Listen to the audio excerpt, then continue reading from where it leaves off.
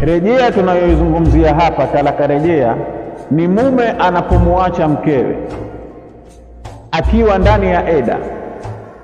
Sheria ya ruhusu mume kumrejea mkewe bila ya mahari mapya na bila ya ndoa mpya. Kuna baadhi ya mambo akiyafanya mume, ndoa inakuwa imerudi bila ya kuhitajia ndoa mpya wala mahari mapya. Lakini mtu akimwacha mkewe eda ikesha, anamuoa upya, haiitwi kurejea kisheria. Kimtaani ni kumrejea, lakini kisheria sio rejea. Kisheria kumrejea mke ni kumrejea akiwa hajamaliza eda yake, na kumrejea mke kunatimia kwa mambo tutakayoyataja. Na mara nyingi sana watu wanayafanya haya bila ya kufahamu kwamba tayari amemrejea mkewe.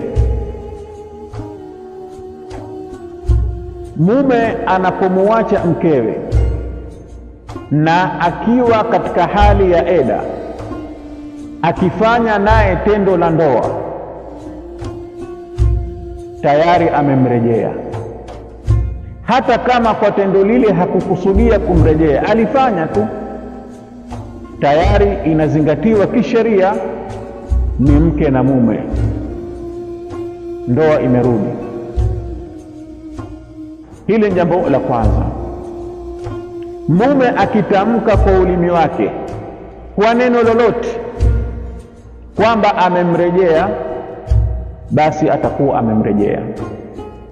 Na hapa utaona kwamba Mwenyezi Mungu Subhanahu wa Ta'ala kwa hikma yake na rehema yake, katika kurejea hakuweka neno maalum.